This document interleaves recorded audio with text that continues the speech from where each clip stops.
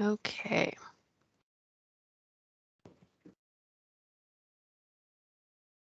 Okay. Welcome back, everyone. Again, our topic this morning is community solar subscriptions and green power purchasing. Just so you know, we will be recording this,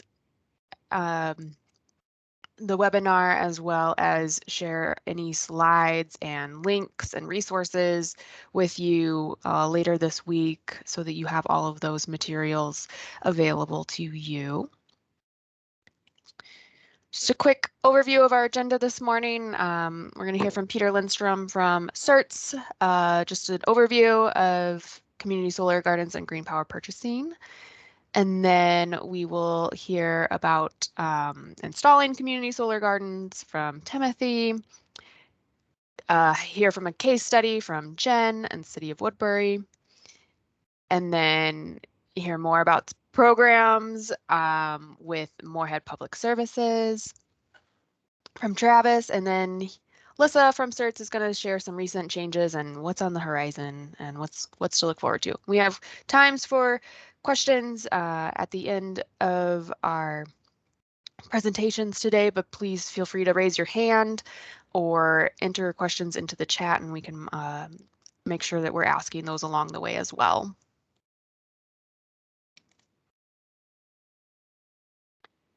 All right. Peter, I think I have slides ready for you. Very good. Good morning, everybody. Peter Lindstrom from Clean Energy Resource Teams. Next slide. And I'm just, as Kristen said, just going to provide a high-level overview of what we'll be talking about for the next hour and a half or so. Starting with a few definitions. Community solar gardens, just simply put, centrally located solar PV systems that provide electricity to participating subscribers, and subscribers can cover up to 120% of their annual electricity usage and see a credit on their bill. And it's a little bit different if you're in XL territory. Then the CSGs are run by private developers, and everywhere else they are offered by your utility. Next slide. Green power programs. As you might imagine, these are programs run with solar and wind and geothermal, biogas, biomass, and they are above and beyond what the utility is mandated or regulated to do. And it's important to note what they are not. They're not large hydropower, and they're also not the burning of municipal solid waste for electricity, for example. Next slide. Green pricing. So green pricing are the programs that tap into green power. This picture is a biogas facility in the Sewer, Minnesota. Really cool facility down there. And I consider these green pricing programs are kind of the lowest hanging fruit, I would say, for clean energy. They oftentimes come at a cost premium, a slight cost premium, and they differ. They differ in customer eligibility. So, for example, sometimes they're only available for large customers, or maybe they're only available for residential. They differ in program size. So the utility may be limited in the amount of renewables that they can offer for a certain program. They certainly differ in cost structure and contract length, and oftentimes these two are tied together. So the longer the contract, oftentimes the more economical the program is. And I would say on this score, it's important really just to connect with your utility from the outset here to learn the ins and outs of what program they offer. Next slide, please. For those of you in Excel territory, one program that they have is Renewable Connect. Now, I'm not going to spend a lot of time on this one because it's fully subscribed and you can't sign up for it right now. So I won't spend too much time on it, but they tell me that they have a new tranche of solar and wind coming online here in the second quarter of this year. So they will be opening it up again soon. And the benefits here are that you pay a little bit more, yes, but this is Minnesota wind, this is Minnesota solar, and it's relatively flexible. So you can sign up for a month-to-month program, 5 years, 10 years. Things of that nature. And they also have, in Excel territory, they have the Wind Source program, which is available for subscribing to right now. Next slide, please. A little bit on the difference between green pricing and community solar gardens. Green pricing, you get those RECs, that renewable energy certificate, 1 megawatt hour of electricity, of clean energy electricity generated equals 1 REC. You know that if you want to claim those environmental and societal attributes, it's important to hold those renewable energy certificates. So you get those under green pricing, typically under green pricing programs. Savings, not so much under green pricing. As I mentioned, you oftentimes pay a premium, but community solar gardens, yep, you'll see a savings more often than not with CSG programs. Term flexibility, absolutely under green pricing. As I mentioned, some of these are month to month. You can join, you can leave fairly easily. 5-year, 10-year terms. Community solar gardens, not as much. You're signing a contract oftentimes for up to 20 years or so and locked in. Availability, as I mentioned, maybe. The Renewable Connect, like I said, not available.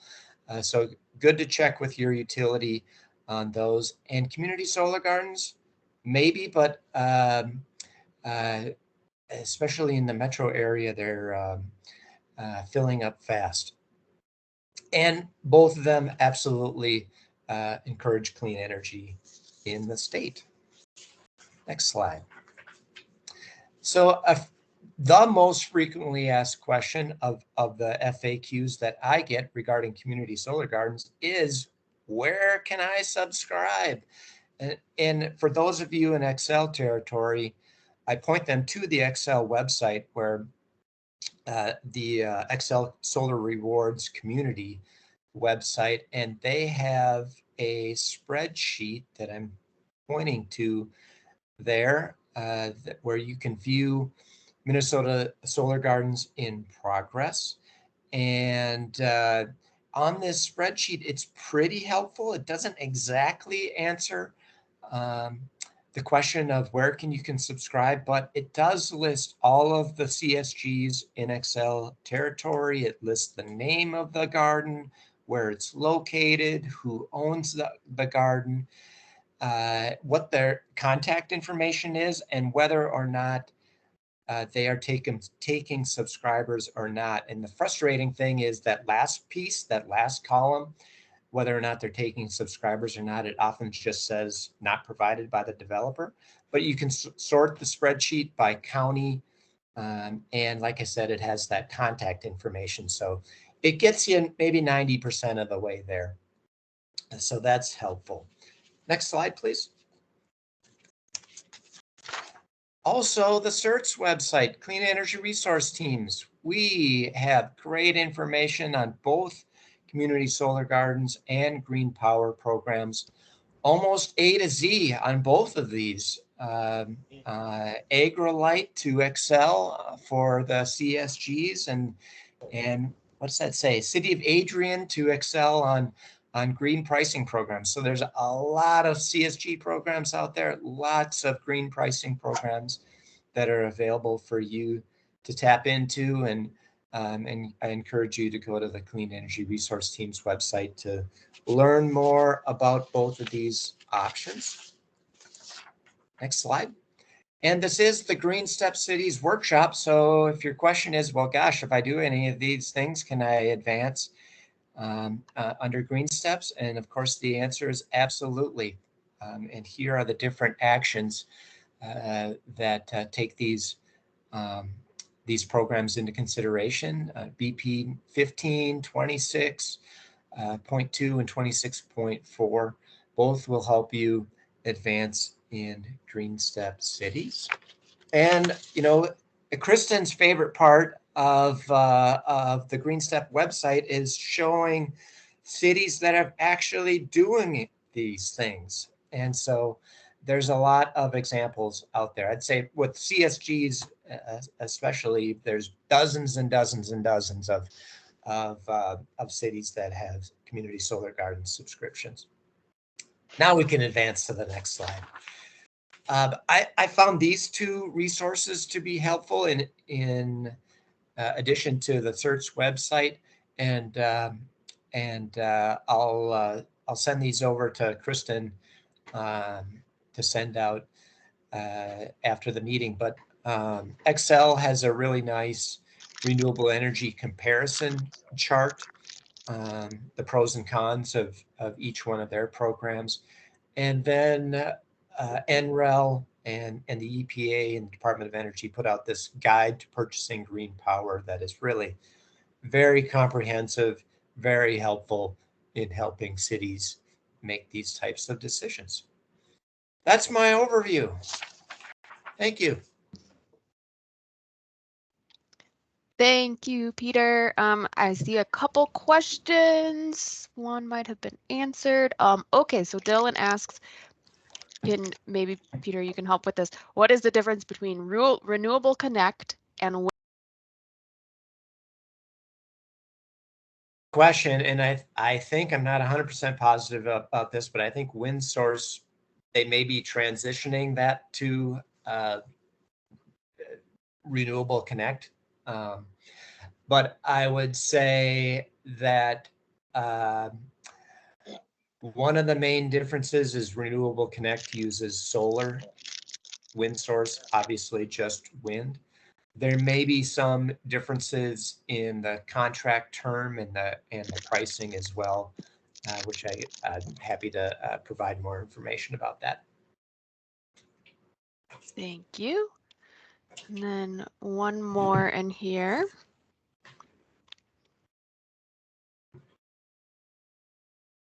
Oh my goodness. Where did my stop sharing? Kristen, while you do that, can I give one more answer on that to complement Pete's answer? There is a difference in terms of that contract term. Typically, Renewable Connect, you're locking in like a year or 5 years or 10 years, and green pricing is like a month by month kind of thing. Now, Pete is, alluding to that there are changes afoot in those programs, so that may start to evolve, but that has in the past that has been one of the key differences.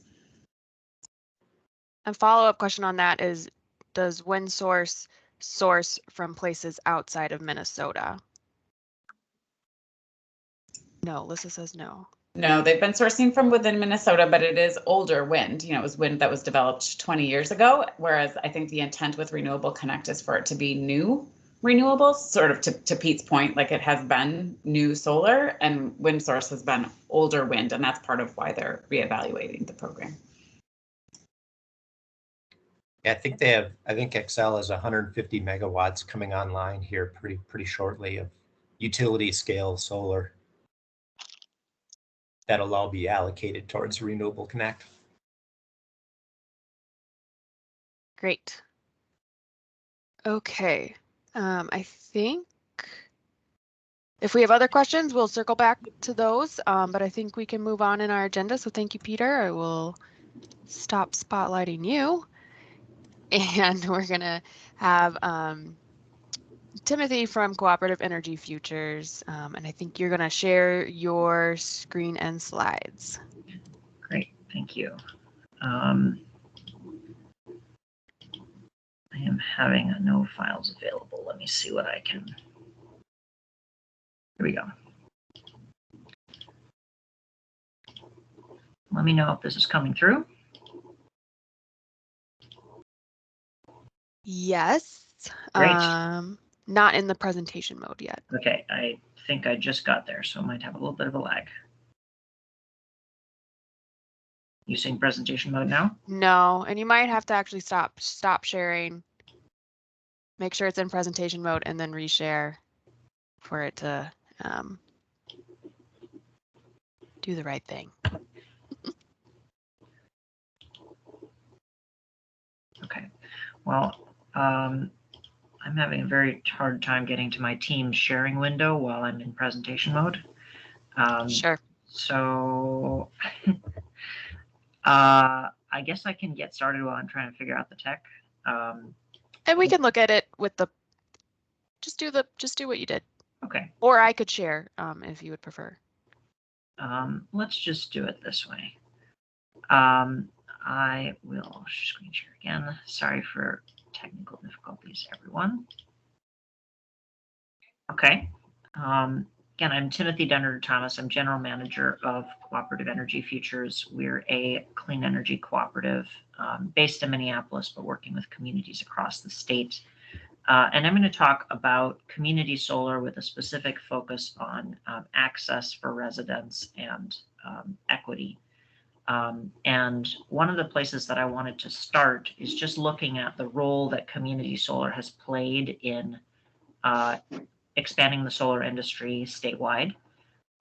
Really before about 2015, the way that solar was being developed in the state was rooftops and ground mounts that were net metered. So individual homes and individual businesses putting up solar on their buildings or next to their buildings and using that to directly offset their energy use. And if you look at this chart, this dark gray, almost black section represents all of that solar that's being developed direct for customer use. Starting in around 2015, 2016, you started to have utilities in this light gray actually going out and building their own solar facilities. And we're starting to see that ramp up, although it kind of is off and on when a large project is being developed. But starting a little bit earlier in 2015 with some of the rural electric co-ops, but then really accelerating when the state legislation, which was passed in 2013, but development really got started in about 2016, started happening for Xcel Energy's community solar program. And I think really the reason why this has grown so quickly and is now actually almost half of the solar installed in the state is because it allows third parties to develop projects, not based on regulatory mandate, not based on kind of where it fits into a utility's current economic plans competing with their existing power plants, but really just based on the interest of customers, whether those customers are commercial or residential. The thing I want to highlight is that within at least Xcel's program, which is the vast majority of community solar by volume in the state, most projects are really focused on serving commercial, industrial, municipal customers. And for cities, that's obviously a really important opportunity. But what we have seen is a missing focus on residents, and particularly residents who need reductions in their energy costs and access to clean energy the most, low-income folks, communities of color, that sort of thing. And that's really where we as a co-op have tried to focus.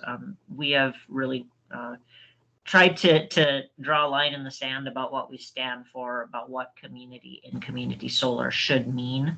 There's really four pieces of that. First and foremost is access. We believe and we try to develop our projects in a way that everyone in the community can participate, including renters, including low-income households, including communities of color.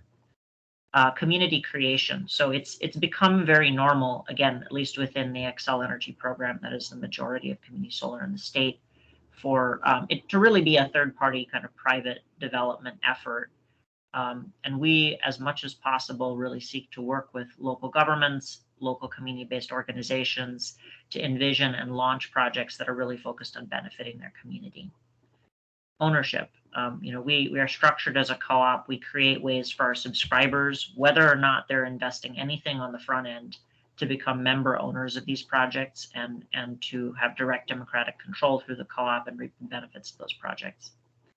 And then finally, wealth. So the job creation, business development, the profits that come out of local clean energy ownership should equitably benefit our communities.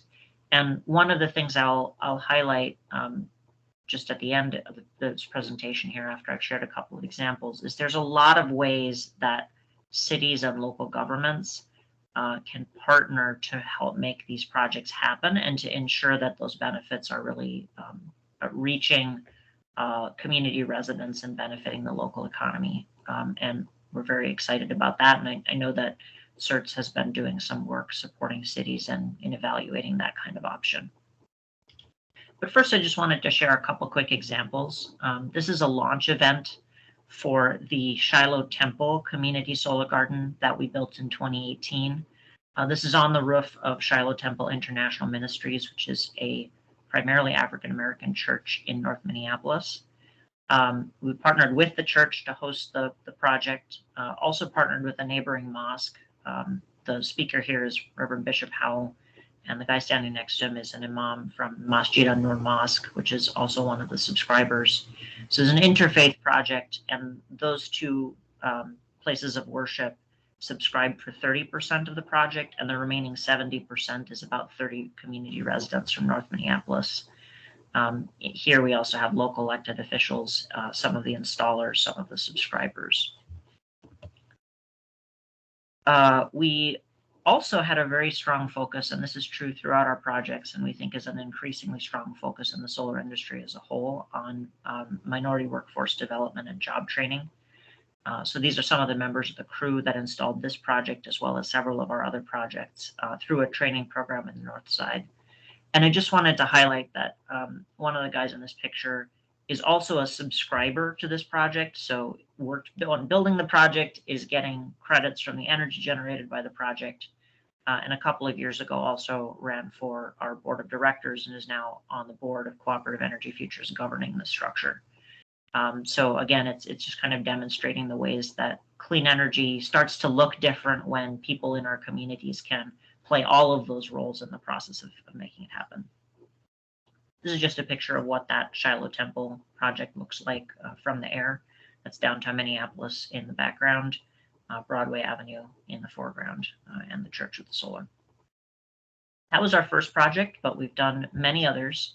One that I think is particularly of interest to this group is a project that we developed at the city of Edina that's on the roof of the Edina Public Works building. And we think there is a huge opportunity for community solar that is hosted by cities specifically for city residents. And this is a model that we're replicating now at City of Eden Prairie and are very interested in working with other cities on.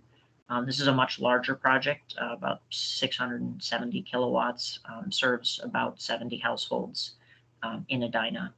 And again, it's on the Public Works building. We have a lease with the city, so the city didn't have to invest anything in this project. They're actually getting paid every year to host the system.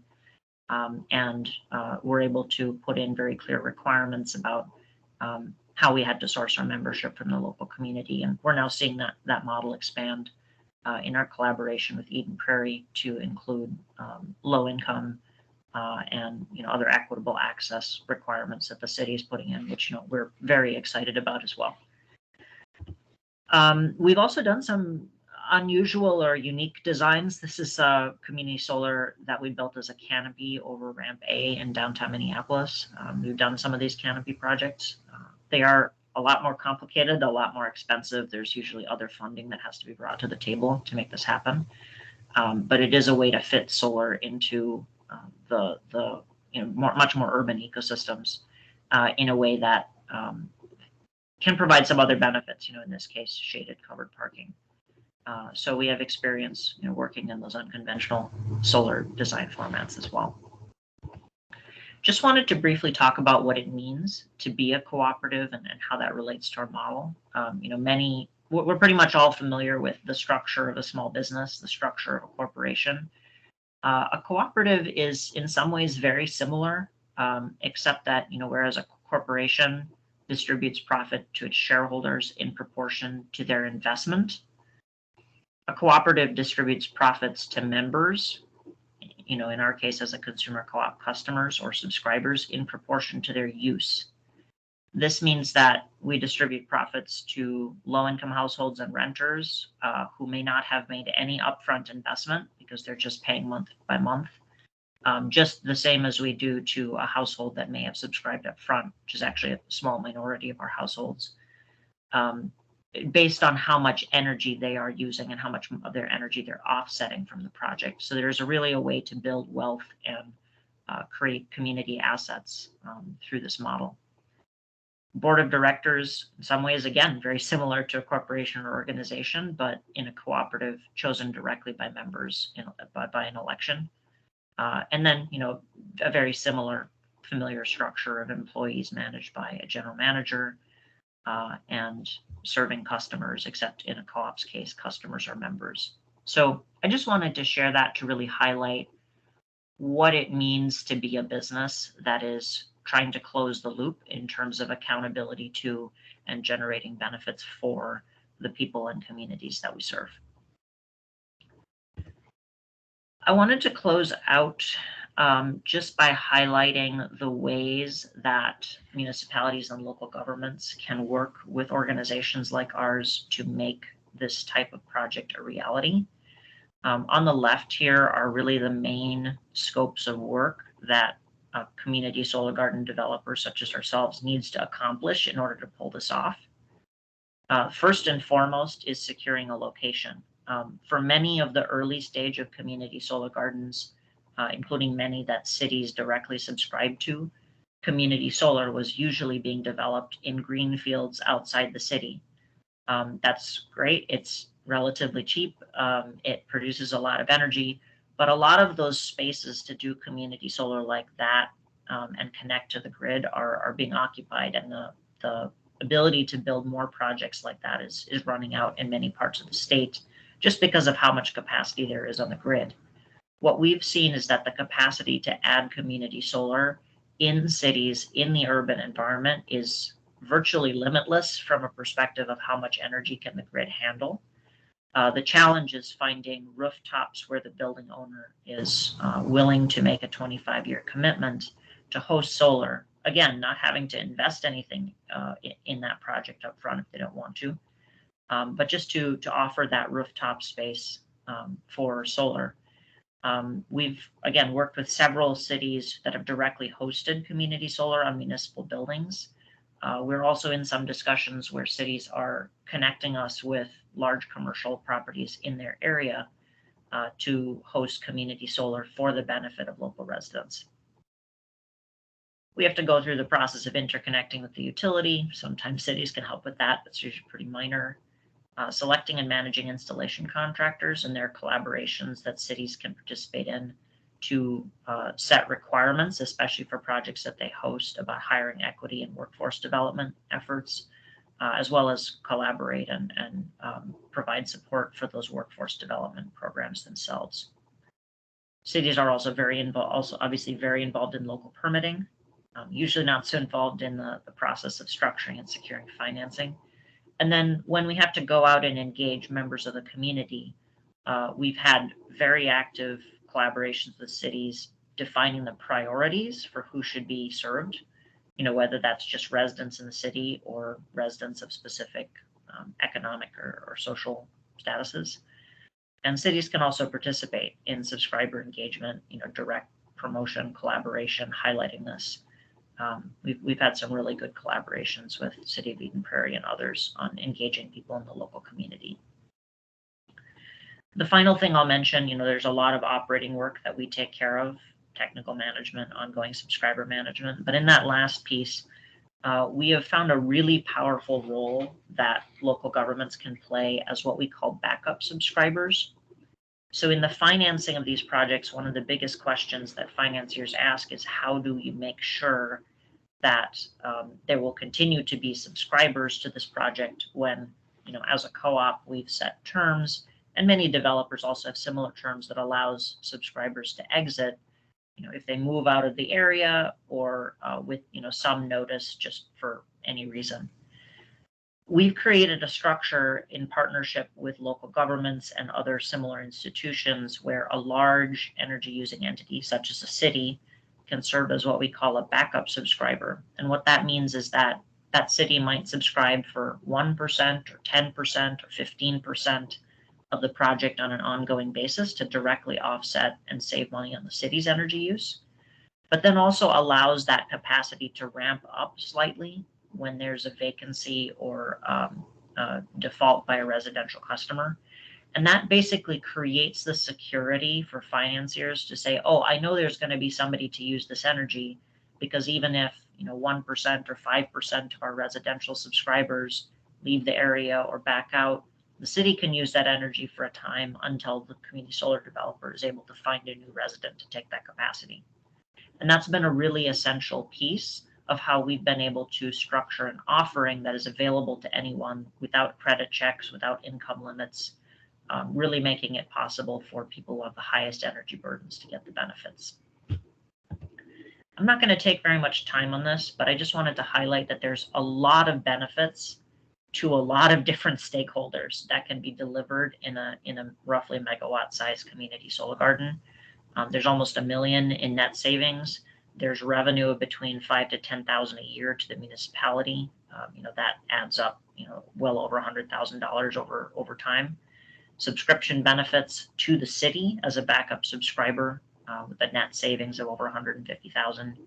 There's member dividends to all of our cooperative members who are the subscribers as cash and equity over time, job creation, and then just the social piece of it. What does it look like when we start to bring community organizations, service and advocacy organizations, neighborhoods, community members together to really envision and implement climate solutions that do really work for everyone? I wanted to just highlight that everything I've talked about today here is a very specific model of community solar that we think is specifically designed to achieve that access and equity benefit. There's lots of other types of community solar, and cities can and should definitely still do just direct subscriptions to projects that are more institutionally focused. We just wanted to bring this forward as a way that cities can participate in creating more access to clean energy and supporting engagement of their existing residents and existing communities. I'll close there. There's my information, and happy to answer questions or go along as we need.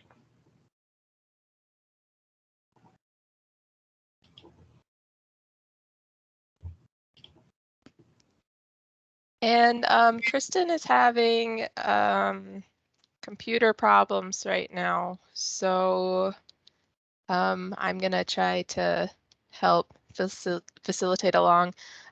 Tim, have you seen the meeting chat? I have not been able to monitor it while I was sharing, but I see it now.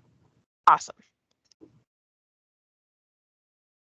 Do you want me to try and go down? Let me see where to start here. Okay. Sorry, while you do that, I'm pulling up slides here too, just so that I can take over for Kristen while she. Sure. I can ask my question. I put it in the chat. This is Noelle Bakken from Roseville. I was just curious because you mentioned cities collaborating with those large commercial areas. Have you seen a lot of success with that, or is that something that your organization can kind of help facilitate that negotiation process? Because I know in Roseville, that's where a lot of our solar opportunities might be, but we're not sure how to navigate that. Yeah, we're very interested in working with cities and helping cities to navigate that. We've had some success in like initial conversation stage. I think for commercial property owners, there is still, I think, kind of a two-part assumption. One is I have to spend, $1 million or $2 million on building solar, which, for many of them is just not a priority. And that's not the case when you have the opportunity for third parties to develop projects like this. Or it's the assumption that, well, if somebody else is going to develop solar on my property, this should be an economic game changer for me as a business. And like, yeah, they can generate some revenue from their roof, which they're not generating any revenue from currently. But the numbers involved are usually not enough to blow the mind of somebody who's a commercial property owner. But we have come up with some interesting ways to partner solar that is directly offsetting the needs of the building to create a lot of savings with solar that is benefiting the broader community. And we'd be very interested in working with cities on how to make those pitches to businesses. And we think it's a huge piece of the solar opportunity in our communities.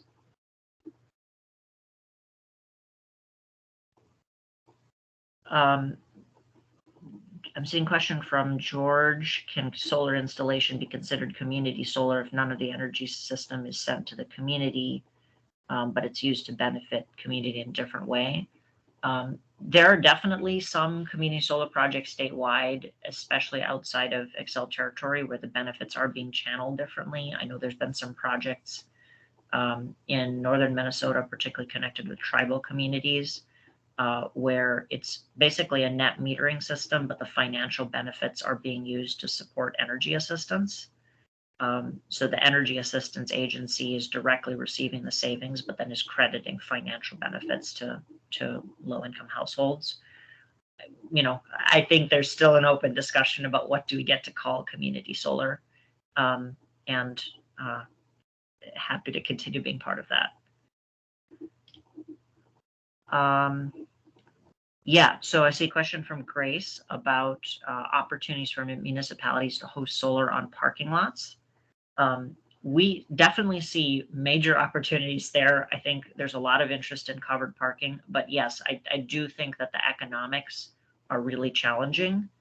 And I think it's a situation there where you need to think about solar with covered parking as all the costs of solar, which can still be financially covered by the value of the solar project, plus it's the infrastructure of building a canopy, which probably cannot be covered by that. So there are some creative ways to structure and finance it, but I would say with covered parking, it's generally smart to expect that they will require some level of financial outlay from the city or whoever is the customer seeking seeking covered parking with a solar project. But yes, with that caveat, it's a good opportunity. I see a question from Becky about where does the financing come from? It differs by developer, but I can just say in brief, with our model, and this is very similar with many other developers, it's a combination of long-term debt financing, equity investment from a large entity that can use the federal tax credits that come with solar, and some amount of direct investment, in our case, from our membership in the broader community. But it's mostly that long-term debt and equity from an investor who can use the tax credits. See a question from Julia about the backup subscriber. Does it need to be the same entity as the host? It does not need to be the same entity as the host. We have several of our projects where we have one host site and a different backup subscriber. You can have multiple backup subscribers, but it's generally not as streamlined if you do it that way. So it's best if there's one subscriber there. And can a subscriber be different departments of the same city? You can have different departments of the same city be subscribers in the same project. You can really have as many meters from the same entity as is allowed under the program rules. There are limitations on how much of the total project can be subscribed by one legal entity. And my understanding is usually a city and all its departments would be limited to 40% of a project's capacity. But you could have multiple departments within that. Thanks, Timothy. I'm back after a computer crash. So sorry I missed the last few minutes of your talk, but it looks like you answered some questions in the chat, so I appreciate that. Okay, so without knowing what's happened in the last 5 minutes or so, looks like we're on schedule to move on to our next speaker, Jen with the City of Woodbury. And so we'll move on.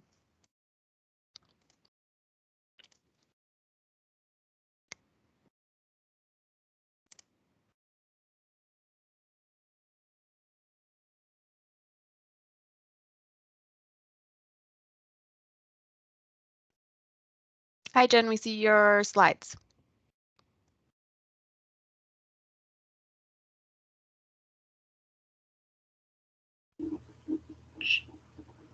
Jen, I think you're still on mute. Thanks.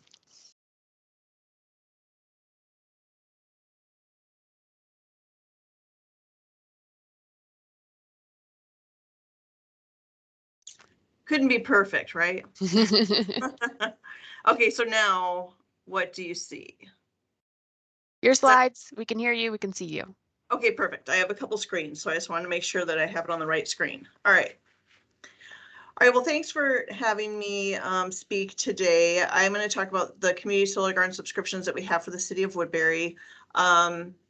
We started these subscriptions quite a while ago, so I'm sure that a lot of things have changed, but I can at least speak to our experience since everything started going. All right. And now it's not gonna, oh my gosh. I have way too many screens going on here, I'm sorry. And now it's not gonna advance.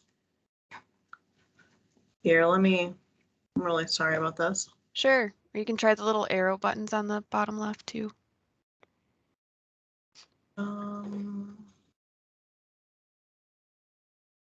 Yeah, weird. It is not just you. The computer issues are across the board today, I think. So if you haven't had something happen to your computer yet, everyone, just wait. Gosh, yeah. I am at a loss here because it isn't advancing on the screen that's showing.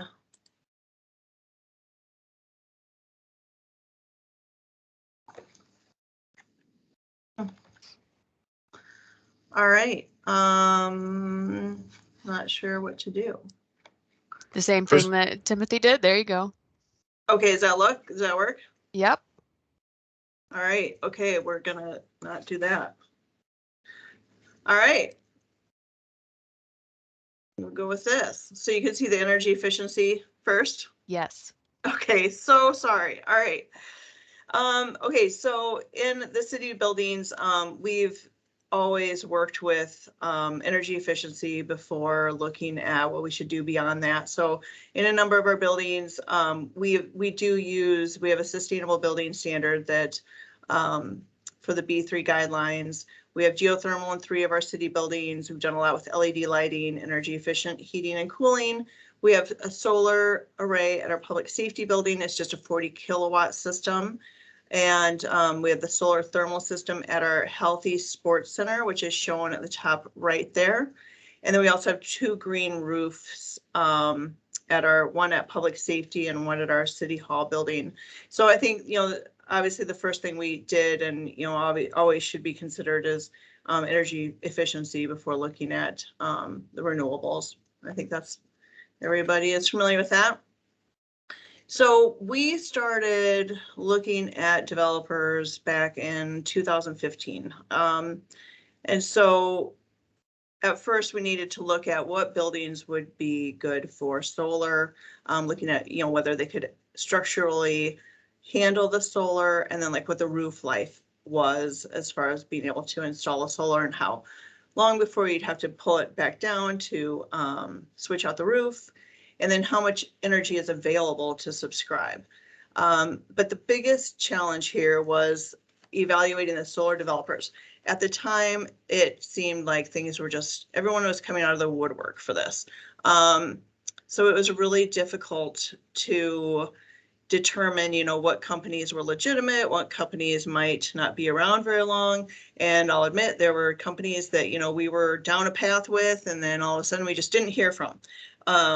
But in the end, it all worked out. But it was challenging to look at how the different contracts looked and everything at that time. So benefits to the city, and I'm sure you all know this. The one nice thing is that we didn't have any upfront costs for the system installation because it's not on any city buildings. So we also didn't have to worry about any maintenance or operation. Our agreements are 25-year agreements that provide savings throughout that time. And then at the time, there were a number, and there probably, I don't know if there still is, but a number of different options for how much your return would be. And so we decided to go with 1 cent per kilowatt hour produced. I know there were other variable options where, you know, your savings could go up and down depending on the cost of electricity at the time. But in Woodbury, we just wanted to be able to, you know, our finance department is fairly conservative.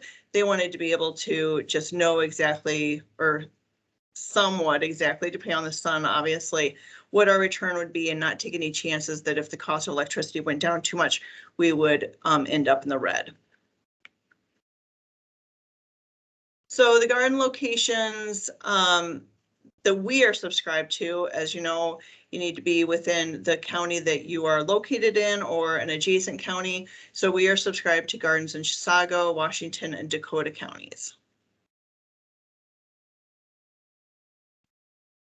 So we are subscribed with 2 different companies. When we first started, we were working with Geronimo at the time, and they were working on behalf of Berkshire Hathaway. So what they did is we have 15 city premises, including our city hall, public works, our sports center, and 11 of our pump stations. We're subscribed to 28 of their gardens. And so what they did was, you know, they looked at all of our energy use and what were the biggest users and what would have, and they kind of took what they could provide and used our biggest premises that provided the energy.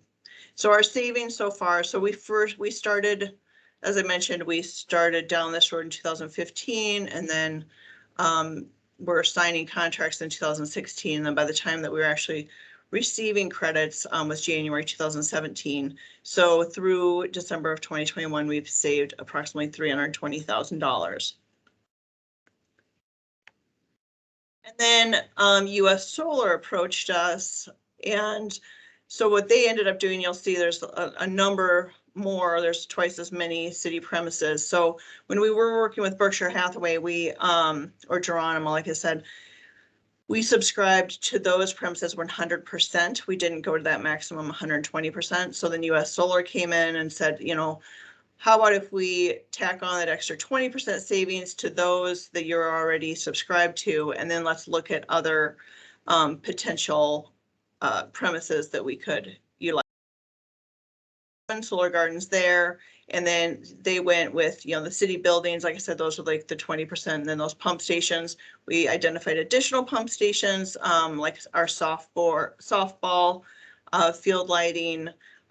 So like I said, more premises, fewer gardens, but similar savings. Right now, so our last gardens were added in November of 2020 with US Solar. So these savings that are represented is not necessarily like and you can't, you know, put it into an annual basis, because 2021 was our first year that we had full subscriptions for those. And in 2021, it was 66,500 approximately. So that's what, you know, we would expect annually, obviously variable on the sun, and then that 0.5% reduction in that is taken into account with the productivity of the solar array each year. So far we've saved about 173,000 on those US Solar gardens.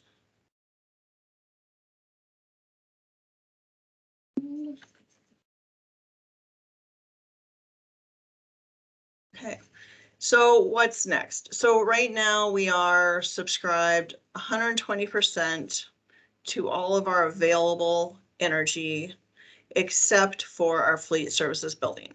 And when we built this fleet services, it was a few years ago, and we intentionally did a change order to build the building with solar in mind. So we, you know, invested the extra amount to have it constructed to be able to hold a solar array. So we're hoping to, you know, we needed a few years of regular energy use, and we're hoping to revisit this this year.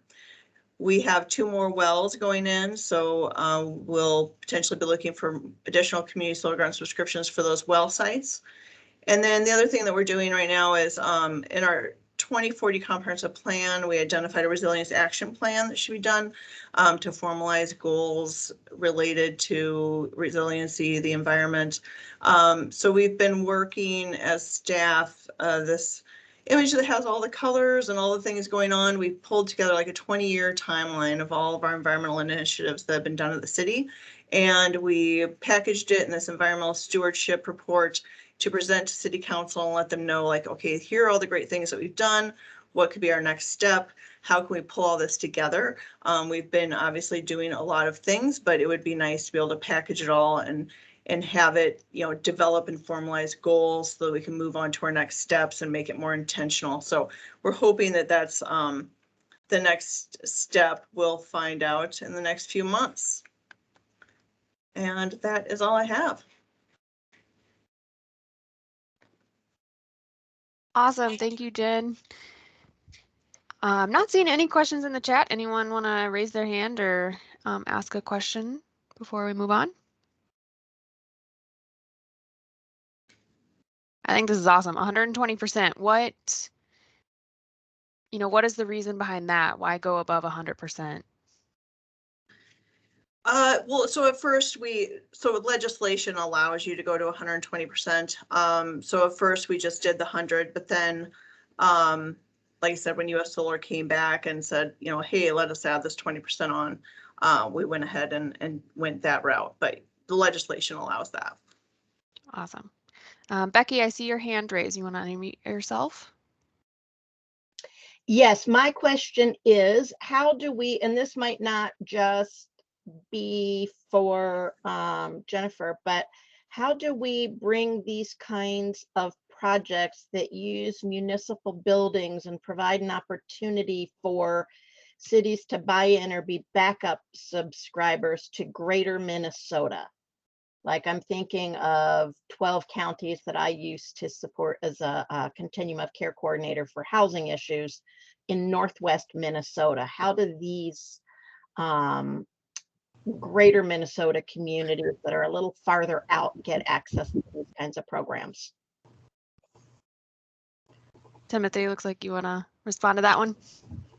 Yeah, that question has a long answer, but the simple version is we need to figure out together how to create a structure that is acceptable to the utilities serving those areas.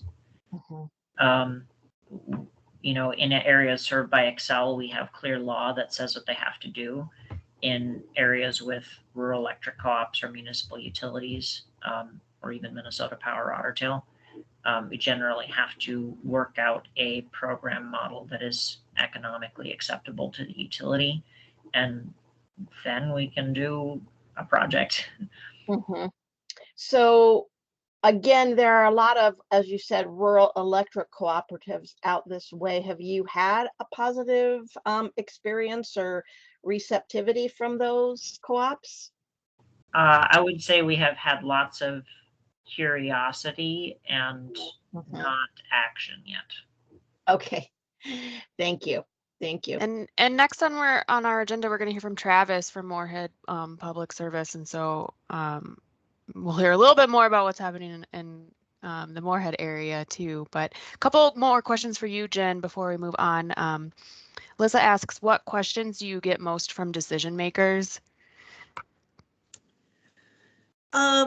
When we were first looking at this, I'll have to admit it was a hard sell just because it was so new. And at the time it was, you know, like, what's the investment? What are our risks? I mean, that's always seems to be the first question that you hear as a city staff person. But now it'll be interesting to see, you know, what kind of support we have as we look at this new rooftop system at Fleet Services. And, you know, I don't know, maybe there would be some appetite for thinking about a community solar garden. You know, we have not talked about that, but I think that's something that, you know, we should at least consider. So up until now, it's been a lot of what is our return? Yep. Understandable. And then from Kyle, did you meet with other providers than US Solar, or were they the only provider that met the qualifications at the time? So we did meet with a number of different providers. Most of them I don't even think are around anymore. And it was, yeah, it was very challenging. Although I will say that CERTs was a huge help. I mean, I think I had Trevor on speed dial almost every day, or email. I mean, I can't even say how much of a value that added to the whole process, is having CERT staff kind of, you know, lead us, like what questions we should be asking, what should we be considering. That was a huge value for us. And CERTs doesn't charge for those services, correct? Yeah, and I have used them over the years so many times. This is like a commercial for CERTs. Yeah. An official GreenStep partner, by the way. Thanks, Jen, and thanks for your questions, everyone. Next on our agenda, we are hearing from Travis Schmidt, General Manager of Moorhead Public Service, and gonna learn a little bit more about what's happening up in the Moorhead. Good morning. Thanks, Kristen. Let me try to get everything shared here before we before we get moving.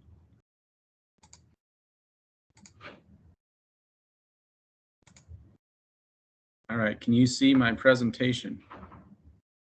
Perfect. Okay. And give me 1 second here. All right. Does it move?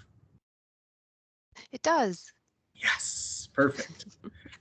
All right. Again, Travis Schmidt, General Manager, Moorhead Public Service. A little bit about me.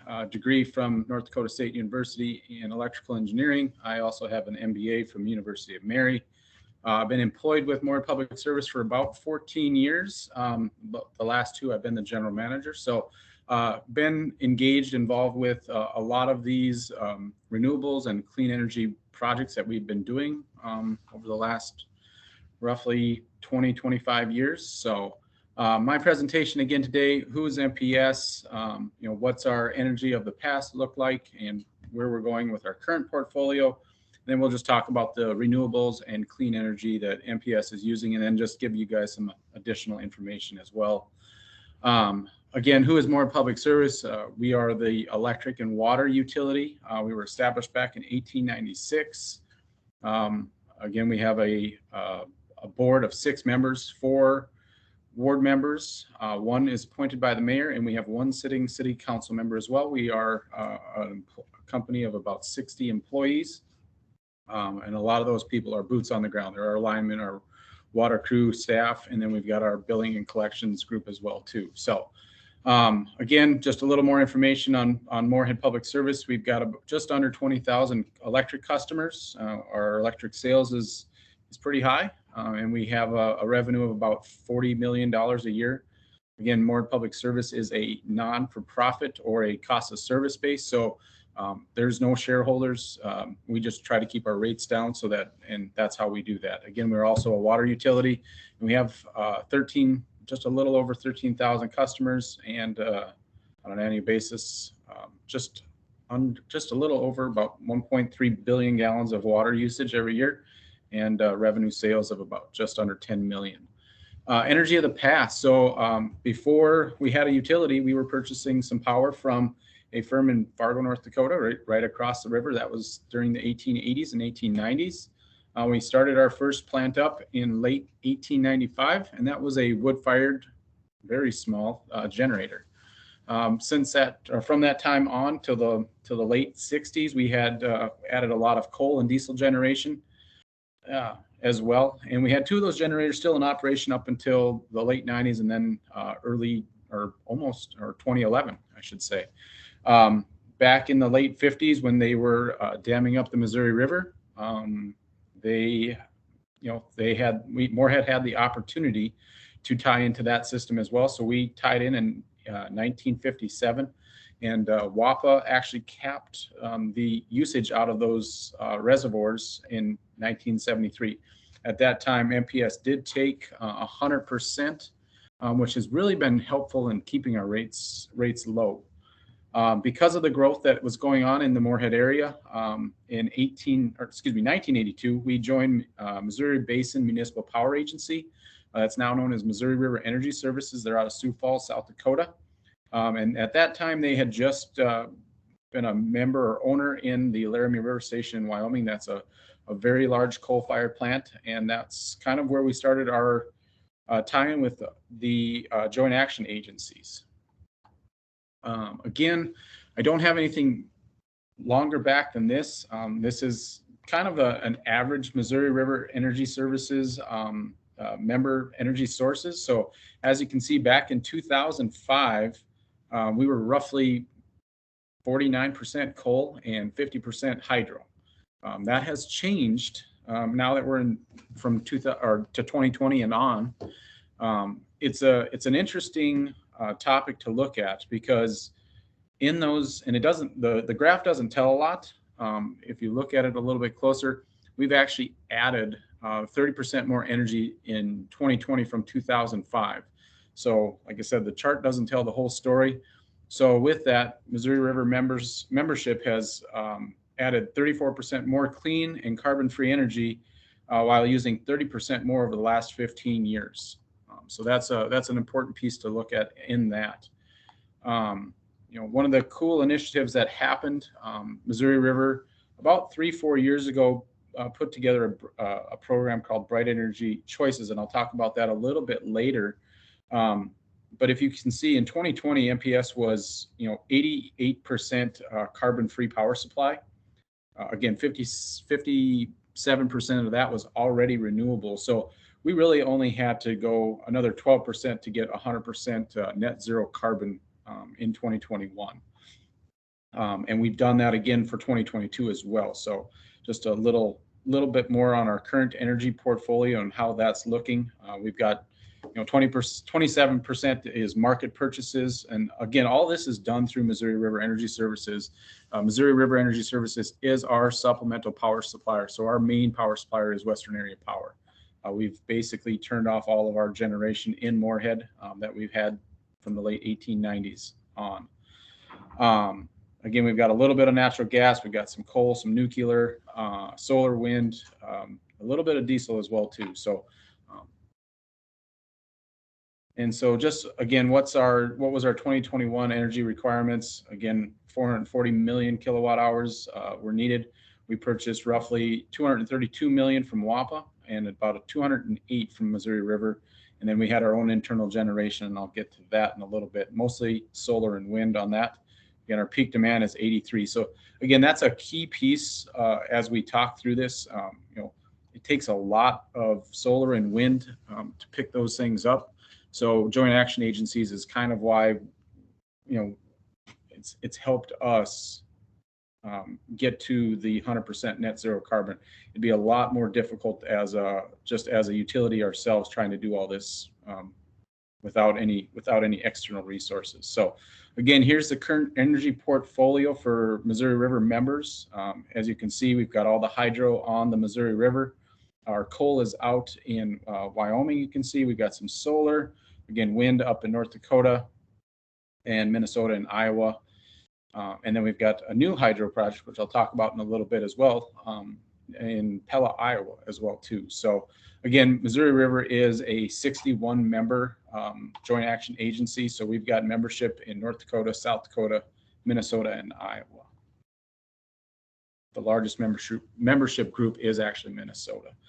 Again, Missouri River as a joint action agency has taken on a lot of the work in getting all of their members to into that more renewable clean energy portfolio. We've got the Red Rock Hydroelectric Project, which is operational and was operational in 2021. They're working on some solar and battery as well, and then wind through purchase power agreements and internal ownership as well. And then a new project that they're working on is a Gregory County pumped hydro storage project. So I'll talk about those in a little bit more detail. Again, Red Rock Hydroelectric Project, 43 megawatts. That is a small hydro project on the Des Moines River, just by Pella, Iowa. It's on the Red Rock Lake. Again, annual energy, you'll see about 180 gigawatts, which will feed about 1,800 homes. And that's, again, all clean, green energy. Life expectancy of this project should last about 80 to 100 years. It has about a 50% capacity factor. And as we talk about that, typically, with the spring runoffs and rain, it's very valuable to have that because, again, most of the peaking that we see is summer peaks. We do have some winter peaks as well because we're so far up in the north here. And typically that generation will run probably that March, April timeframe all the way through probably September, maybe even October, depending on the levels of the lake. Again, we don't do any of the controlling of the releasing from that. That is all handled by the Corps of Engineers. And the Department of Reclamation, as part of this project, Missouri River spent probably about $1 million in adding recreation enhancements to the lake. So that's they've got trailheads or bike paths that they put in place or had built. They've got a bunch of shelters that they've added and just additional access to the river and the lake as well too for fishing and other recreation needs as well too. So great project, very cool. And it's now in operation. So we'll actually get to see that hopefully this spring with some good rain and hopefully no droughts. Again, wind and solar and battery project, Missouri River has got an RFP out currently for about 100 megawatts of renewables. And that's again through purchase power agreements. They're going to do those in 10 megawatt increments. And they're both going to try to add solar and wind included in that 100 megawatts of renewables. They're also looking at the solar projects are technically they're looking at member sites. So Moorhead's a location, Watertown, South Dakota, Brookings, Marshall, Minnesota, Wilmer, Minnesota. Those are all places that could be options for these, and they're all available to all the membership as well too. So right now they're looking at a 10 megawatt and a 5 megawatt solar sites, and then they're also looking at some battery storage. Again, they're in the infancy stages of that. So again, the amount and locations, those are TBD. Again, and probably the coolest one to talk about is the Gregory County pumped hydro storage. As the Laramie River Station is getting older and is going to probably be shut down probably in the next 15, maybe 20 years. I don't know what the life expectancy is left on that. They're looking at a way to pick up additional generation. And one idea that they've got is using this pumped hydro. So they're actually using the Missouri River as a Missouri River reservoir, roughly 700 foot bluff that they're going to use. They're going to put a big reservoir on top of that. So they're going to use, they'll pump water up into the top reservoir, and then as they need it, they'll turn it on and it'll basically pump it back down and they'll generate power. Again, as part of that project, they're going to use wind and solar to run those generators to pump, fill the top reservoir back up again as well too. So very cool project. It's in the very infancy stages on that. We're actually in the feasibility study phase right now. So project design, environmental and cultural impact analysis are going on. Again, same with market and reliability analysis too. Again, some project details. It's about 1,800 megawatts. So this will cover a lot of the needs of Laramie River Station. The reservoir, the upper reservoir, is an 1,800 acre. So they're going to have to purchase a lot of land for that. Again, it's connected to the Lake Francis Case Reservoir on the Missouri River. And it would take about 36 hours to draw down the entire the upper reservoir. So it has some capacity. And how they're looking at using it, if the wind isn't blowing, if the sun isn't shining, this is an opportunity to fill that gap of lost wind and solar renewables to feed it till we can get some more wind blowing or the clouds to part ways. Again, it should have about 1 million homes of energy supply over a 1-year period. So very good project, and we're working on that as well too. So this could take, I think they're looking at it right now, timeline is about 2037 for this thing to be operational based on permitting and all the approvals that have to go on with it. Missouri River's got, Moorhead Public Services got renewable programs as well. Capture the Energy is kind of our umbrella to all of our programs. We've got our initial program was Capture the Wind, which we started back in the late 90s, early 2000s. We have 2 wind turbines in Moorhead. and those have been operating since that time. We are looking at what's our next steps on those, because they are getting closer to end of life, and how we are going to replace those, or if we are going to replace those. Capture the Sun is our community solar garden project as well. And we've got roughly 9 arrays on MPS property. So this is something that we've been able to basically cost effectively provide an opportunity to our customers to purchase arrays instead of putting them on their houses instead.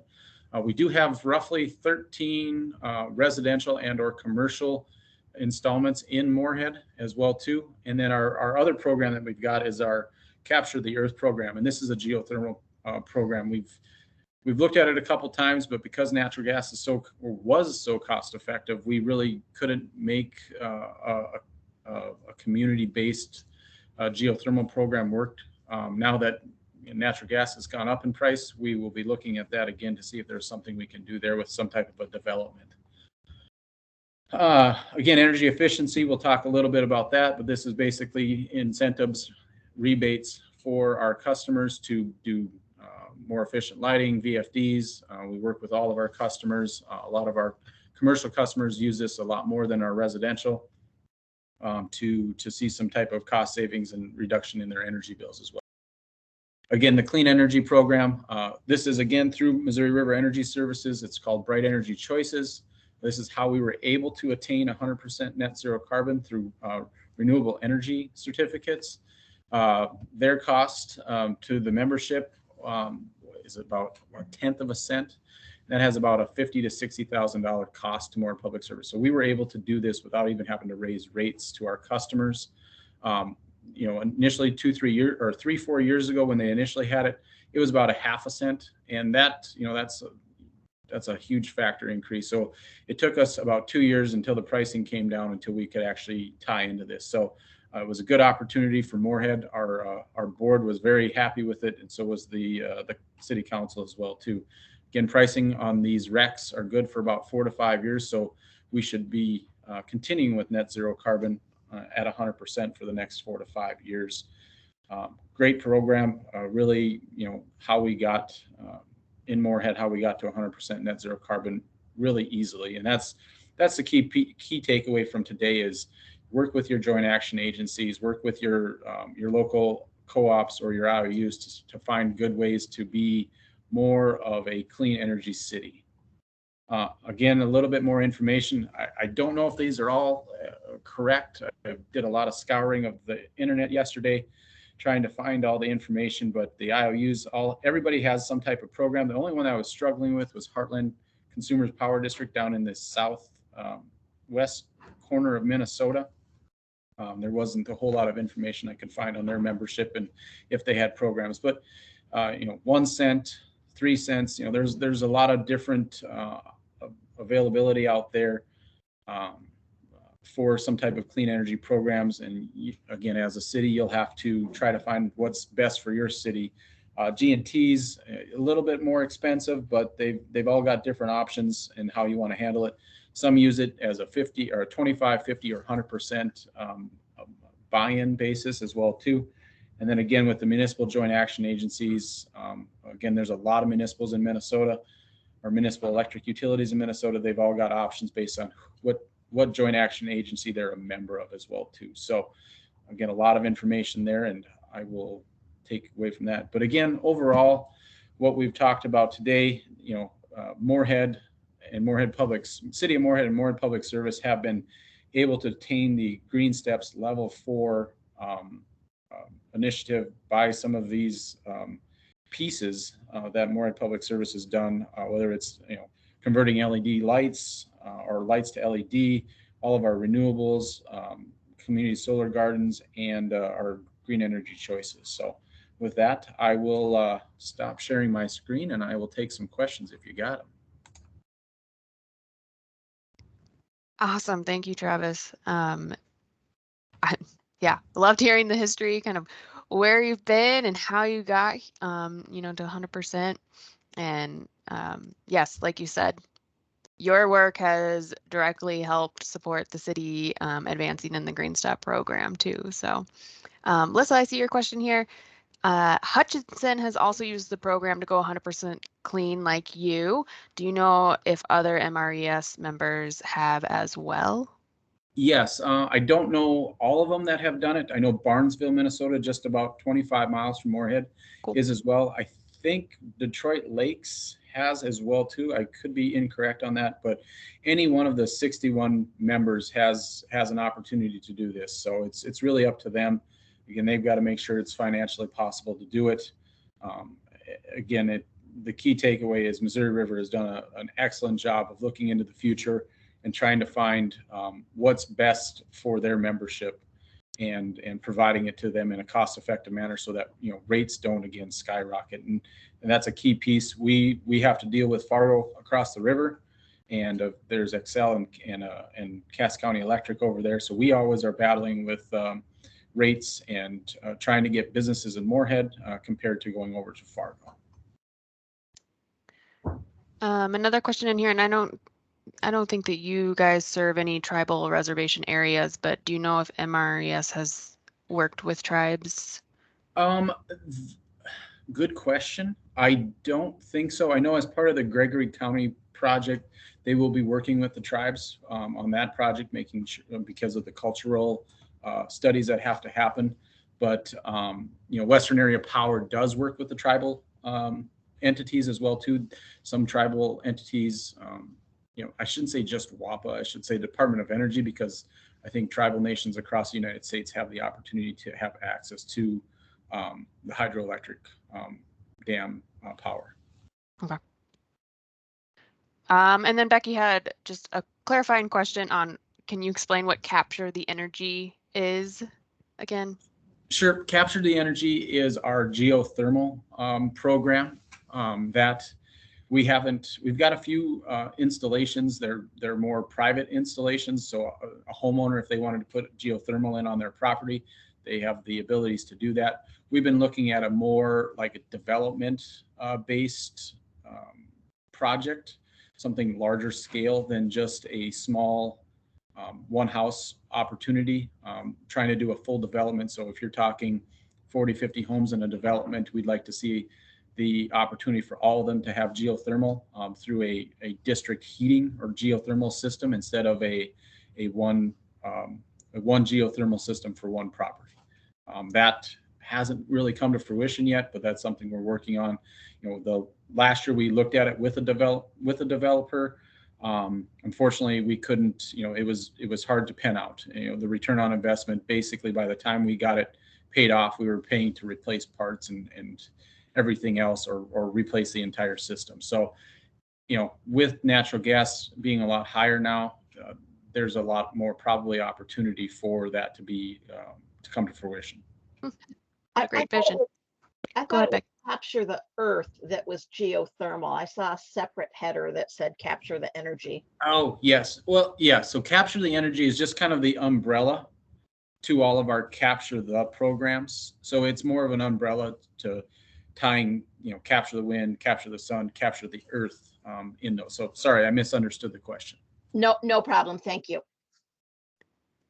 Awesome. Thank you, Travis, for sharing about what's happening up in Moorhead. And I think we're going to move on to Lissa to just kind of wrap things up. And looks like I can see your slides. Awesome. We'll see if they advance. Okay. Hi, everybody. I know we're sort of cognizant of time, and I want to make sure that there's time for other questions. So I'll try to go pretty quickly. Kristen, are you hearing me okay? Yeah, and take your time. We've been asking questions after each presentation, so okay. we can run up to the 11 o'clock hour too. Okay, awesome. Well, the thing I want to focus on is just some things that are afoot to make sure that income eligible households are able to participate in community solar and all of the other programs. I mean, one of the great things about what Travis just described is that that program is available to every single household, customer, resident in the community of Moorhead. And I think that that's one of the things that we're trying to get to, is that everyone can really benefit and participate in renewable energy. And I'll just briefly mention that a lot of folks have been working on this topic for a really long time. And CERTs is just one of the many, many groups that have been thinking about this. And we were involved in a big stakeholder process called Clickers, which is connecting low-income community. Nope, I'm gonna get it wrong. Oh, I tried it earlier too, and I got it right. But essentially, low-income households connected to efficiency and renewables. And that's this report on the left that really teed up some opportunities and helped us really shape this idea of how can community solar, as well as other kinds of solar, be part of helping reduce energy burden. And, you know, Pete showed this diagram at the very beginning, but one of the things that I want folks to understand is when people have been talking initially about community solar, the idea really was around this idea of expanding access, right? So many of you may be in a position where your roof can't support solar, or you're a renter and you can't participate in solar. And the whole idea was if you pay an electric bill, you can participate without necessarily having to install it on your property, but the sort of general basis of it's on your property, or you have a bill, you can participate. And a couple of things that I think are important takeaways for sort of where the evolution of community solar is going is that folks are really digging into what are the real indicators of accessibility. And so we're going to talk about those today. How does community solar work with or not so much? And how can we make sure it does work with energy assistance programs? And then what are some new models that folks are exploring? So just this very first element of indicators of accessibility. So during that Clickers process that I referenced, one of the challenges that we were really understanding and hearing about is that for a lot of households, community solar still isn't accessible. And we wanted to sort of establish for ourselves and as a group to say, okay, so what are the things that we want to say are foundational to ensuring accessibility? We came up with these 4 indicators. The first is, do customers have to pay more to participate? So you can probably intuitively get a sense, right? Like if you have to pay a price premium on your energy bill, that probably isn't going to work as well for an income eligible household, right? So already lots of income eligible households or low income households have a high energy burden, which is to say that more than 6% of their income goes to paying their energy bills. And for some households, that could be up to 20%, 30% or more. So then paying more for your electricity just simply doesn't make sense. So that's one of the indicators. Another indicator is, do customers have to pay for the whole subscription up front? I mean, you can probably get an intuitive sense for why that might be a barrier, right? If you have to come up with $1,000 or whatever that is up front to participate, that would be a real challenge. The third is, are there program criteria that limit participation? So credit score checks is one of the things that we see within the program within Xcel Energy. There are some developers that require a credit score check. And it's not really per se because the developer wants to do that, but because of the financing that comes behind it that sort of has those tails to the program. And then the last one is really around, are there penalties or charges for terminating a community solar garden subscription? So there were some questions earlier on about what happens if you move, right? So that is a question, and that's important. If you're going to get charged a fee when you have to leave the subscription, that then might not be a good fit or indicator of accessibility for some households. Whoa, what's going on? Let's see if we can get it to go. There we go. Pete referenced that there are different programs in different territories. And this is just a quick map. There are over 30 different community solar garden programs offered across utility territories in Minnesota. So Travis referenced that Moorhead has a program, Detroit Lakes has a program, Barnesville has a program. Those are some municipal utilities within the MRES footprint. But you can see on this map, all of the red is the investor-owned utilities. And both Xcel Energy and Minnesota Power, there are programs within those territories. In Xcel, sort of as Timothy referenced, it's really advanced by private developers. And in Minnesota Power, they hold those programs. In basically all but Xcel Energy territory, most of the programs are price premium programs. So that can really be a barrier. There's some exceptions to that. So there's some interesting models that have been developed by the Rural Renewable Energy Alliance, where they are partnering and standing up 40 kW arrays, and then the benefits that are accrued through net metering are then distributed back to low-income households. So those aren't a premium, but they're not exactly the same sort of model. So that question from George earlier about how it's community solar, that's like sort of another example. Minnesota Power has funded some low-income solar programs that are akin to that with Equilibrium 3 and a local cap agency that have other mechanisms for distributing the benefits. But in general, that can tend to be a problem. And so, as I was just referencing, there are lots of folks who've been sort of looking at models to sort of get around some of those challenges. They've also been, for that second indicator about the pay up front, there are lots of innovations in that space, right? They're called often pay-as-you-go subscriptions, which is to say that you pay for it on a monthly basis rather than having to pay $1,000 up front. You might pay in increments over time based on your share. There are also examples of the sort of backup subscriber method that Jen was talking about that have helped avoid some of the credit score check concerns, because if there's somebody else who can absorb that energy, that might make a financier more comfortable and less, needing to see that each and every participant has gone through a credit score check. There are also lots of opportunities, increasingly, for folks to get involved in lots of other things, like participating in building a garden. So we were talking about some of the penalties and charges for terminating. That's one of the contract terms. There are other things within a contract about just how do you get subscribers? How do the subscribers feel comfortable with the terms? Who's explaining it to them? And there's some really interesting and innovative models where communities, sort of as Timothy was describing, are part of shaping a garden on their own, and then explaining to their neighbors how it works and being able to show in these contract terms, this is how this program works, right? So those are lots of opportunities. And then the one other thing I'll just say is that there are some interesting models within some of the co-ops where folks can actually buy a panel and donate it to another household, so that they essentially are donating community solar garden subscriptions. And I think that that's like a super interesting model that people could keep thinking about, like how do we crowdsource for those kinds of opportunities. But one of the other things that has been an ongoing challenge is how it works with energy assistance. And it's a challenge particularly in the Xcel Energy program, because as we've talked about, and I'm going to just quickly show you this diagram, in Xcel Energy, you essentially now have like two power providers. One is your solar garden subscription, and you pay them for that subscription, but you're getting the credit on your utility bill from Xcel Energy. And when energy assistance is determining your energy benefit, they typically are looking at your utility bill as well as your income. So the challenge, and I'll just go back to this, is that it can lower your apparent electric usage, and it can lower your apparent bill. So it might look like you don't need as much of a benefit from energy assistance as you truly do, because you're also still paying this other bill for your subscription.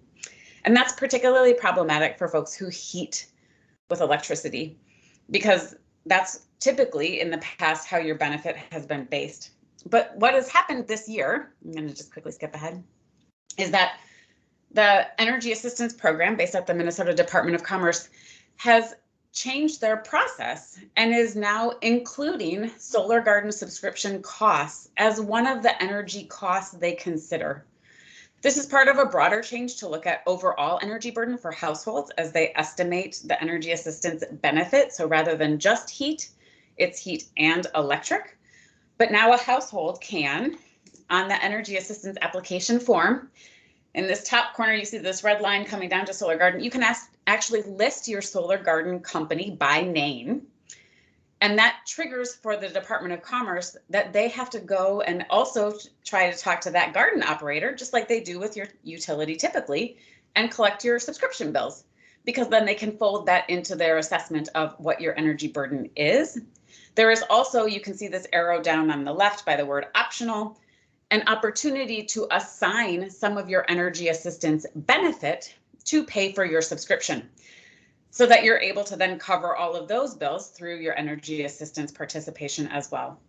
These changes have been really, really important and something that folks have been advocating for a really long time, because what we want to make sure is that energy assistance households are not losing out on their benefits by participating in community solar. So this has been almost a monumental change in making sure that we feel more comfortable with energy assistance eligible households and existing energy assistance households getting that benefit. There are still some concerns around some power on programs, which are like bill coverage programs.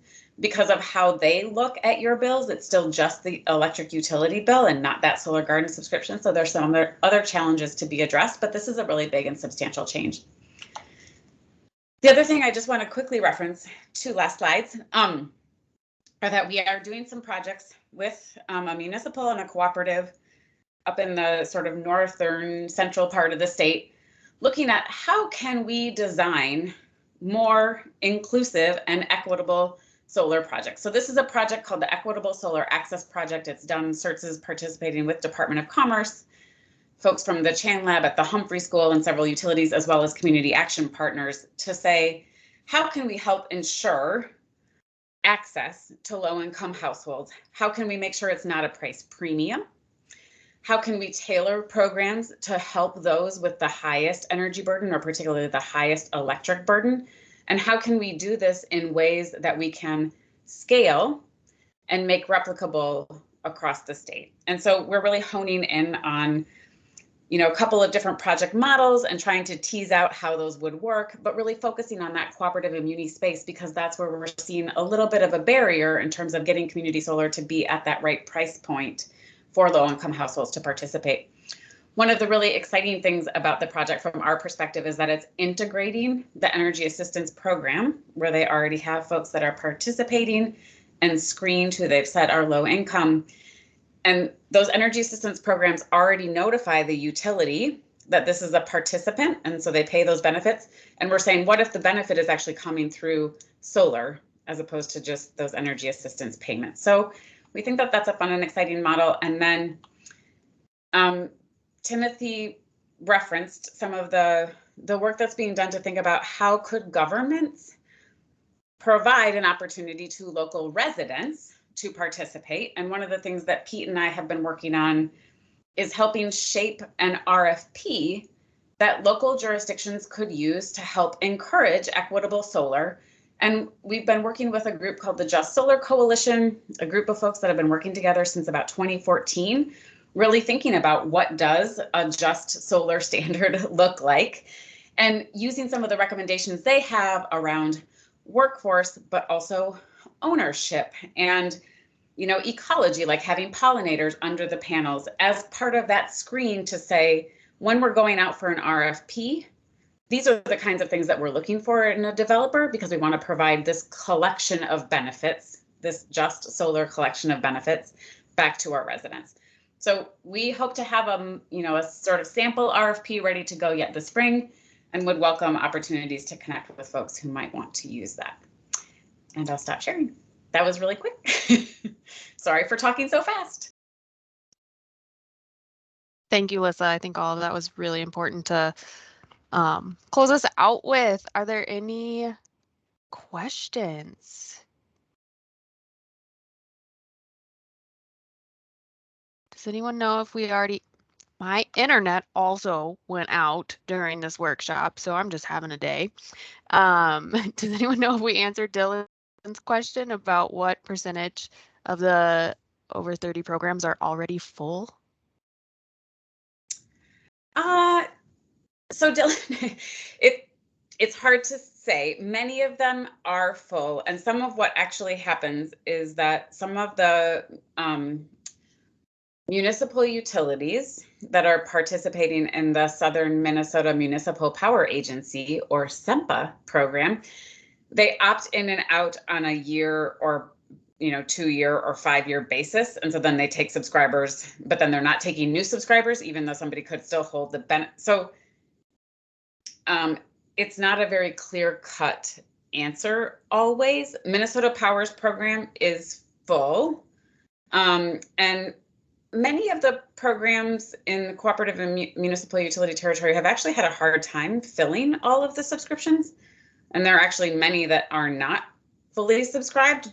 And I think part of it is because of that price point differential that people have felt like, well, maybe I don't want to pay more for that. And I think that that's harder. I mean, one of the things that those programs talk about is that you're sort of locking in current electric rates, and that is more of the benefit than a lower price. Now, that has changed for different folks. Actually, SEMPA has had rate decreases, so in that instance, that's a little bit tricky. But I think in general, I mean, Travis, yours have been fully subscribed, and that's why you've done 6, right? And you seem to have had a successful model, I mean, from capture the wind into solar. I don't know if you want to say more. Yeah, ours is actually fully subscribed now. And the piece I probably left out of our presentation is we're looking for the next location of where we could actually do our phase 2 of capture the sun.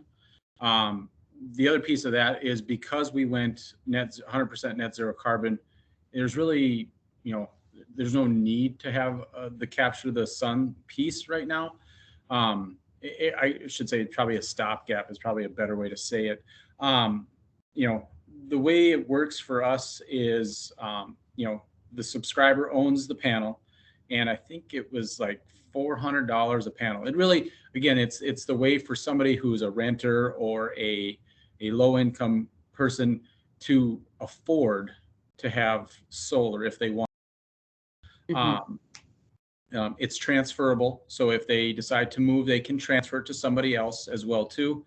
So that I guess the key piece on that is do we when's the next one going to go, and are we going to see the subscribers happen? I know it was a struggle from time to time. We actually had 2 colleges and another entity purchase full arrays from us because that's something they wanted to do as part of their green energy initiatives as well too. So, I think there's still opportunities out there, but really with having the bright energy choices in place, it really is kind of, paused the solar garden piece of that for now.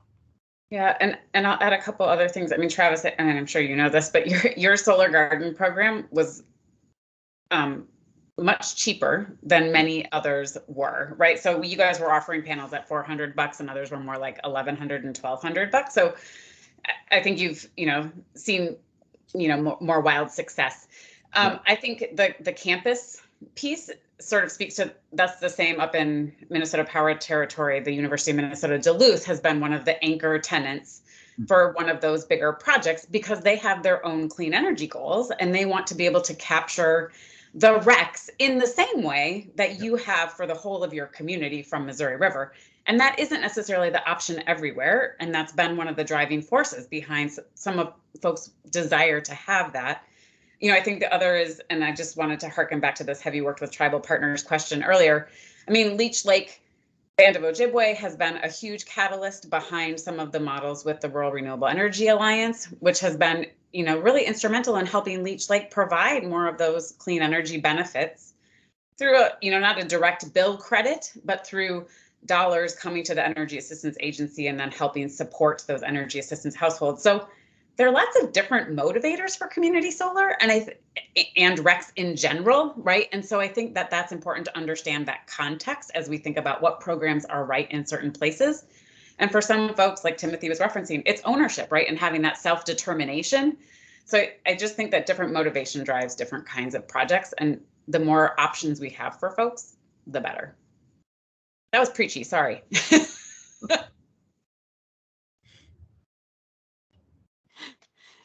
Any other questions, comments? Otherwise, I got a couple slides. We can wrap things up. Hi, Linda Countryman. I don't know if you can see me. Yep. There. I have a question really not addressed here, and I'll try to articulate it. It has to do with something I read that there's a lot of solar and wind energy ready to go, but lacks connections and distribution. Can somebody respond to that and give us hope? Thank you. Want me to, I can maybe handle that if you would like. Being on the Missouri River Board, we get to see a lot of what's coming down the pipeline. A lot of the new infrastructure bills that are going through the federal government, There's a lot of planning both in the Midwest Independent System Operator, which is a majority of Minnesota, really kind of, I'd say the Minnesota line and south, and then SPP, which is the Southwest Power Pool. There's a lot of planning going on. There is some current review to get wind and or solar out of that North Dakota, South Dakota, Minnesota area where the state lines all tie in. They are looking at projects to get that out. That could require the big transmission line that runs on I-94 from Monticello to Fargo. They might double circuit that line coming up in the near future to get some of that capacity out of there. There's tons of projects, and I can't explain all of them. Trying to get stuff to Chicago, to Detroit, things like that. They are working on major projects, transmission projects to do that. Oops. Okay, so therefore, having to pay for solar is probably the way of the future for quite a while because of the need for this infrastructure. Is that fair? Especially solar. Yeah, good. Yeah, it's probably to get all the renewables out, not just specifically solar. I know Missouri River is looking at a lot more member base, so it's in the community. Behind the meter generation is what they're looking, or what they call it. There's a cost to transmission, and it's not cheap either to get those things out. So, it's going to be part of the long-term, resource planning, and also the long-term resource costs. Again, transmission structure, transmission itself, probably a 50-year life cycle, depending on what type of structures are put up.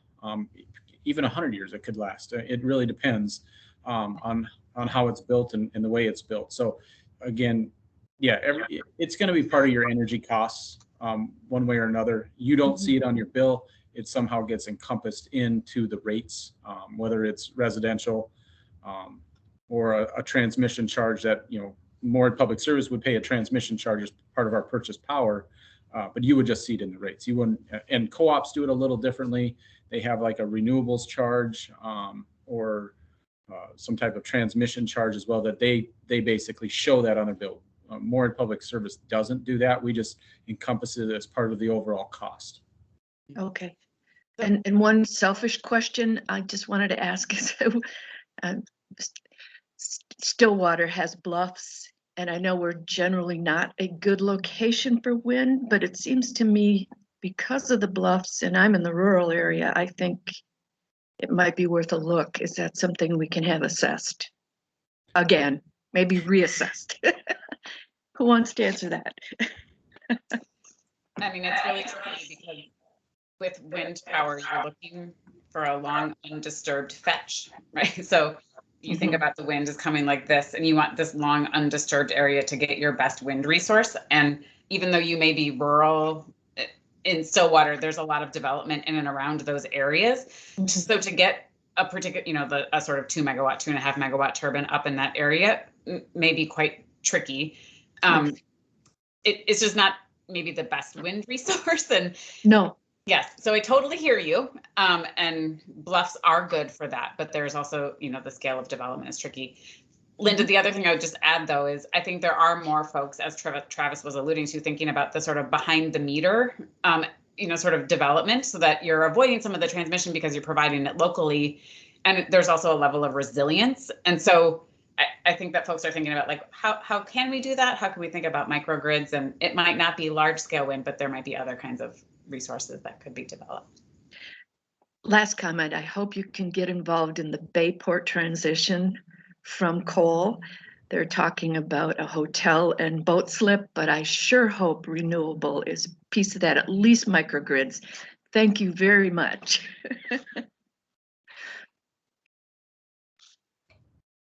Thanks, everyone. Thanks for joining us today. Thanks to our speakers who shared with all of us. Again, we'll send you the recording if technology works and later this week, as well as the slides. Just to wrap things up and to reiterate, Peter mentioned this before, there are 3 actions that tend to, in the GreenStep Cities program, that relate to what we heard today. And so check those out and we'll send links for those.